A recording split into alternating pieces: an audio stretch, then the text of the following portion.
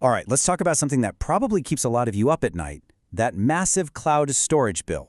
Today we're going to crack the code on Google Cloud Storage specifically and show you how one simple trick, a change in how you think about your data, can save you a ton of money. So be honest, when you got your last cloud bill, did you do a double take? You know that feeling, right? That little bit of sticker shock where you realize you're paying a premium to store data you probably haven't touched in, what, months, years? Yeah, if that sounds familiar, you're in the right place. Look, the secret to slashing that bill, it's not some super complex algorithm. It really just comes down to one simple concept, the temperature of your data. Think about it.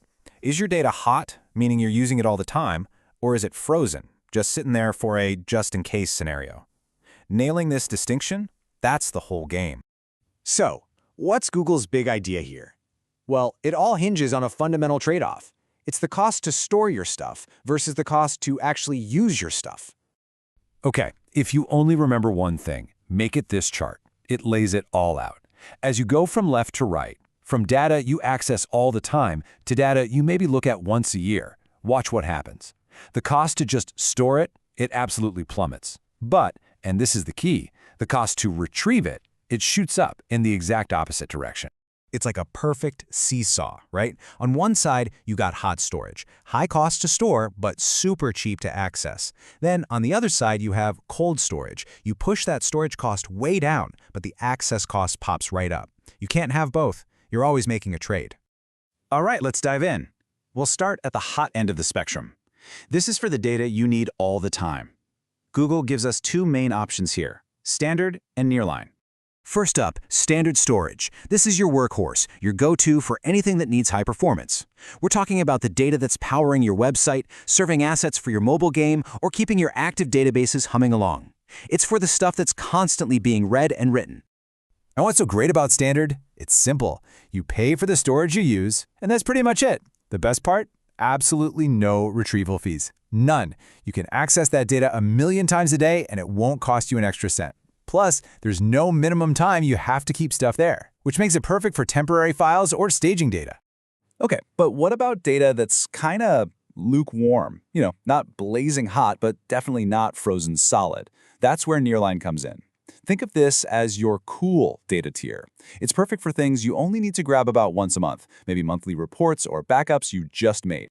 So with Nearline, right off the bat, you'll see your storage costs drop. It's cheaper per gigabyte. But here comes that seesaw again. There are a couple of trade-offs. First, you have to commit to keeping your data there for at least 30 days. And second, we now have a retrieval fee. It's not huge, but every time you pull that data out, you're paying a small price for it. Let me give you a perfect real-world example. Imagine an insurance company. They have millions of photos of customer policies. Most of the time, these photos just sit there.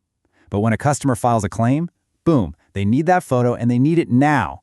Nearline is tailor-made for this. They get massive cost savings on storage without giving up that critical instant access.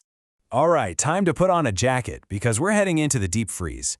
We're now talking about data that you almost never touch. Stuff you're keeping for legal reasons, for compliance, for long-term archives. This is the domain of the cold tiers, cold line and archive. Let's talk cold line. This is for data you expect to access maybe once a quarter, so 4 times a year. Just think for a second. What data do you have that fits that pattern? Maybe old project files or secondary disaster recovery backups.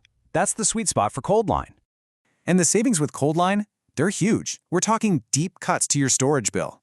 But the seesaw tilts even further here. The commitment is now a 90-day minimum, and that retrieval fee, it's higher. You're making a pretty serious bet that you won't need this data very often. And finally, we hit the absolute bottom of the thermometer, archive storage. This is for data that is truly frozen solid. We're talking stuff you might access once a year, or more likely never. Think legal holds, data you have to keep for 7 years, or preserving digital artifacts. Make no mistake, this is the absolute cheapest way to store a gigabyte of data on Google Cloud, period. But the catch is a big one. You're committing to keeping it there for a full year, 365 days, and the retrieval fee is the highest of them all. Seriously, it can cost you more to read the data once than it does to store it for the entire year. This is for data you are legally required to keep, but you're really hoping you never ever have to look at again. So at this point, you might be thinking, Okay, this sounds a lot like what other cloud providers offer. And you're not wrong, but you're also not totally right. Because Google Cloud has a secret weapon, a genuine superpower that changes everything when it comes to cold storage. See, with most other clouds, when you stick your data in their cheapest, deepest archive tier, there's a price to pay. And it's not just money, it's time. Getting that data back isn't instant. You have to request it, and then you wait and wait, sometimes for hours. They call it thawing the data. And that waiting can be a huge problem. I mean, imagine you're in an audit, and the auditor asks for a specific file from 5 years ago, and you have to say, sure, can you come back in 4 hours? That's the reality for a lot of people. But on Google Cloud, well, it's a completely different story. Because in Google Cloud Storage, even your data in that super cold frozen archive tier is available in, wait for it, milliseconds. That's right, milliseconds. There is no thaw time. There is no waiting. This is a total game changer because it means your choice of storage class is purely about cost versus access frequency. Time is completely off the table. It's a huge, huge advantage. Okay, so this is all really powerful stuff. But let's be real, who has the time to manually move thousands of files from one storage class to another as they get older? Nobody. And the best part is, you don't have to. You can just put the whole thing on autopilot. The magic behind this is a tool called Object Lifecycle Management. It's exactly what it sounds like. You create a simple policy, just a set of rules. You could say, hey Google, after any file is 30 days old, move it from standard down to nearline. Then, after 90 days, bump it down to cold line. And after a full year, move it into archive. You literally set it up once, and then you can forget about it. GCS takes care of everything, constantly saving you money in the background. So by figuring out the temperature of your data and then just letting automation handle the rest, the savings can be absolutely incredible.